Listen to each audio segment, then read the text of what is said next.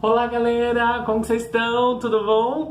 Sejam bem-vindos para mais um vídeo, tá galera? Olha só, hoje não tá calor, mas também não tá aquele frio, mas tá gostosinho pra ficar assim, entendeu?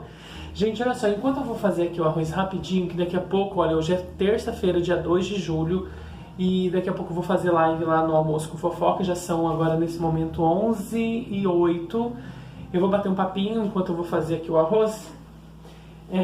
Só vocês viram aí no título, né, gente? Já tava, né, comentando, se eu não me engano, acho que foi ontem, lá no Fofoca, se eu não me engano, à noite, ou foi no almoço, não lembro. E a gente tava falando a respeito de um caso de uma... Ai, meu amor, olha quem tá ali, gente. Bom dia. E aí eu tava lendo a respeito de um assunto da Dani Monteiro, que é uma ex-apresentadora lá da Globo, e ela tava falando, ela deu entrevista, não sei agora não vou lembrar qual que foi o site, não sei se foi o UOL, não lembro, e ela tava falando a respeito de assédio, né, assédio moral, sabe, quando ela conseguiu o primeiro emprego, o diretor que chegou e começou a falar um monte de coisa pra ela, não digo algo de cama, sabe? Vocês entenderam, né, gente? Eu digo assédio moral, que é isso acontece sempre. Frio dentro de casa, né? De casa é muito frio. Em casa é sempre mais frio, né, meu amor? E aí, galera, aí eu lembrei de uma época que eu tinha 20 anos. Isso mesmo, 20 anos, que foi em 98. E eu lembro que eu trabalhei numa lanchonete lá em Guarulhos. Eu era muito inocente, muito bobo. E eu lembro que sempre muito educado, e era numa escola particular lá em Guarulhos, que eu prefiro não revelar o nome. Mas é uma escola muito conhecida no centro da cidade, não sei se ainda existe. E que na época eu fui contratado por uma cooperativa. Não era registrado, né? E a princípio eu não fui direto para essa escola, eu fui para uma lanchonete, que era uma rede de lanchonetes, restaurantes, assim. E eu fui primeiro para eu não sei explicar, um lugar de carros na Dutra, próximo do Shopping Internacional. Era uma lanchonete lá. Depois que eu fui para essa escola. E essa escola particular só tinha filhinho de papai, enfim. E se eu não me engano, os donos dessa escola, eles eram judeus. E eu sempre tive esse meu jeito, assim.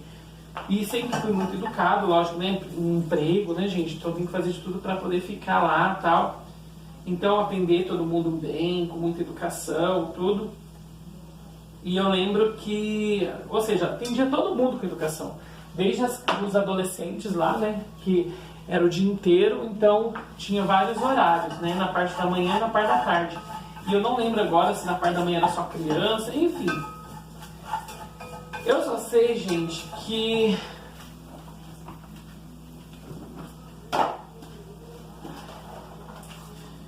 eu lembro que eu fiquei lá, acho que 3 meses, que era...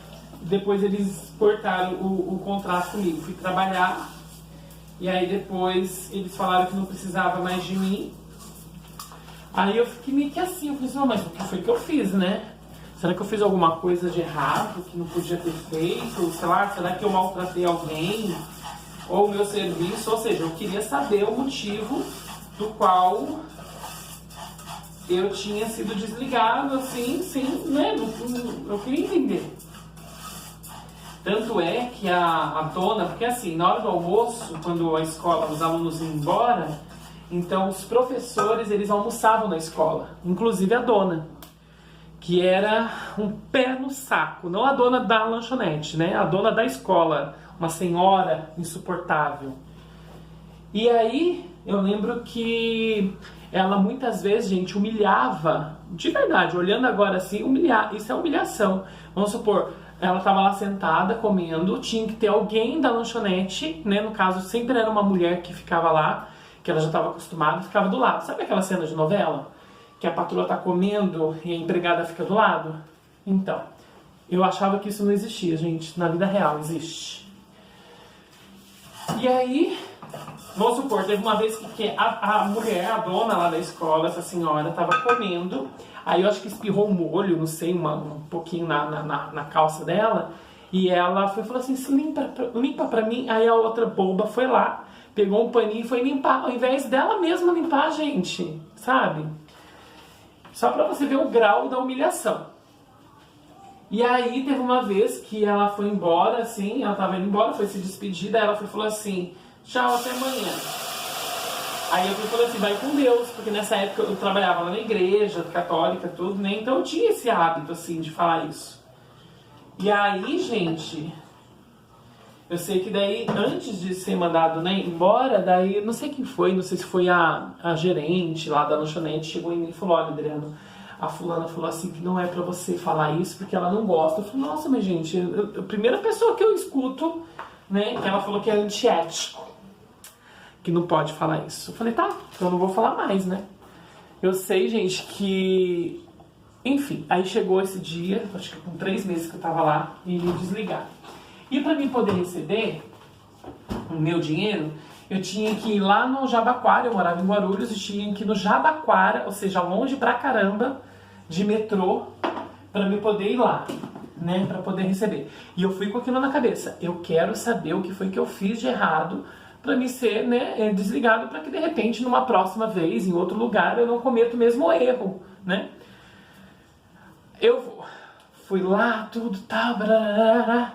Quando eu cheguei lá, gente, aí eu fui, conversei com o pessoal, nunca tinha visto aquela turma, um escritório longe, gente. Olha, eu lembro que eu peguei o metrô, pra quem mora em São Paulo, sabe, naquela região, na Armênia, eu morava em Guarulhos, ou seja, peguei ônibus, é longe, aí peguei na Armênia, da Armênia eu fui até o final, não sei como que é agora, mas na época era a última estação, ou seja, longe, atravessava São Paulo inteiro.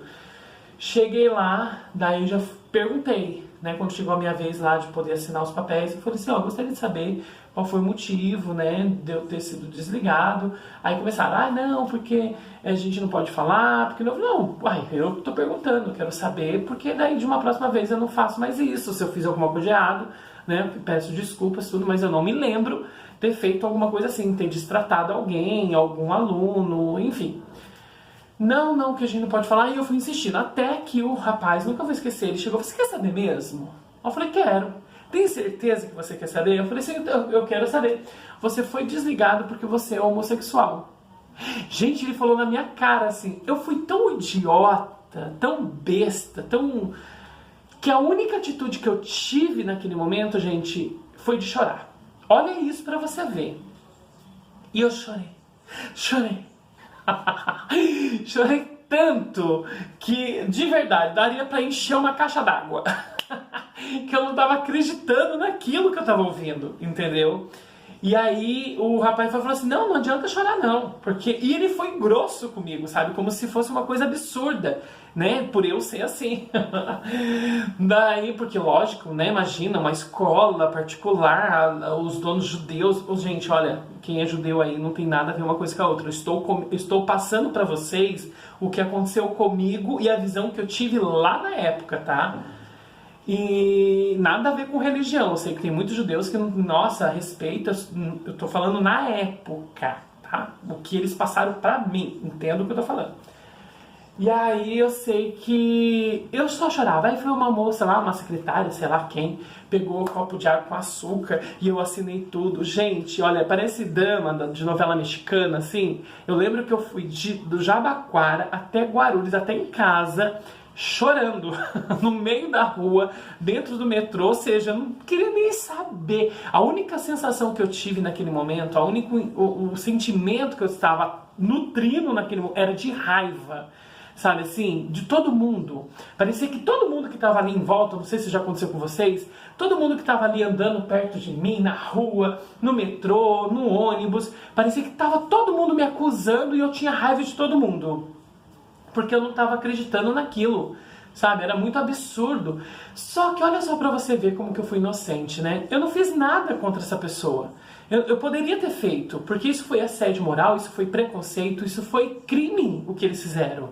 entende? E eu simplesmente deixei pra lá. Olha, aí o tempo passou, sei lá, meses depois, eu conversando com meu amigo, o Ricardo, que mora lá, e aí ele perguntou, e aí, você não tá mais naquele trabalho? Eu falei, não. Ele falou, mas por quê? Eu contei. Ele falou, mas Adriano, você não fez nada, você não processou? Eu falei, não. Ele falou, não, mas dá tempo ainda. Eu falei, não quero mexer com isso. Não quero mexer com isso, já passou, acho que tinha passado uns 2, 3 meses, assim, e eu simplesmente deixei pra lá, sabe? Aí eu, né, ontem conversando lá na live a respeito disso, eu fiquei pensando, gente, olha só pra você ver quantas situações várias pessoas acabam passando. E outro, né, também caso que aconteceu no hospital onde eu trabalhava, né? Um ex-chefe, olha só, chefe sim, gerente, que entrou quando o hospital foi vendido em 2011.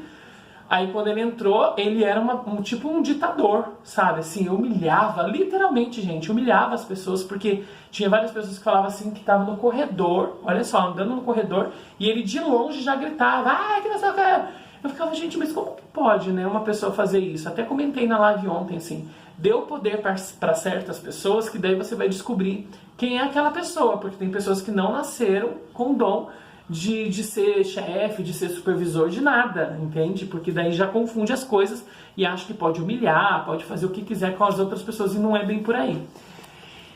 E aí, galera, essa pessoa do hospital, na época, quis também entrar numa comigo. Eu já esperto, olha só pra você ver como que a vida ensina a gente, né? Eu já esperto, quando essa pessoa foi lá, queria me mudar, trocar de plantão, porque uma pessoa que eu tinha, né, era casado, na verdade, ia entrar pra trabalhar lá. Ou seja, eu não podia ser mexido, porque afinal de contas eu já era daquele hospital, já trabalhava naquele plantão há anos, né? Na época eu acho que tinha o quê? 2, 3 anos quase, que eu trabalhava naquele plantão. Então quem tinha que ser remanejado, alguma coisa, era a pessoa e não eu. Aí me chamou na sala, eu não tinha intimidade com esse gerente, nenhuma, e já conhecendo a fama dele, daí ele chegou e falou. Ele falou assim, olha, eu tô sabendo que fulano de tal vai entrar aqui, então para evitar transtornos no futuro, eu acho melhor você mudar de plantão. Eu falei, mas por que eu tenho que mudar? Eu não tava entendendo muito a conversa dele, assim, por que ele tava misturando as coisas, quem tinha dito isso pra ele, né? Aí eu falei assim, nossa, mas eu não tô entendendo o que você tá achando, assim. Não, porque se de repente você entrar para poder cuidar de um paciente, dar banho, e entrar justamente com essa pessoa, aí depois vai ter falatório, porque as pessoas já vão achar que vocês vão fazer alguma coisa. Eu falei, peraí, você tá confundindo, você tá achando que eu tenho fetiche de fazer alguma coisa dentro do hospital. Eu falei assim, olha, eu trabalho aqui há quase 3 anos e nunca teve nenhuma reclamação comigo, e outra, não tem nada a ver uma coisa com a outra, sabe? Aí eu sei que ele foi, gente, na hora eu topei. Sabe assim, ele foi meio que falando um monte de coisa, a lábia, né? Aí eu fui e aceitei trocar de plantão. Resumo, isso foi numa quinta, quarta-feira.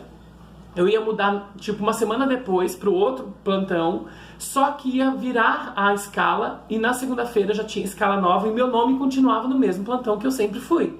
Eu fui lá, tirei cópia, porque tinha assinatura dele, tirei cópia daquela escala, porque serviria pra mim como uma prova de que ele é louco, e aí guardei.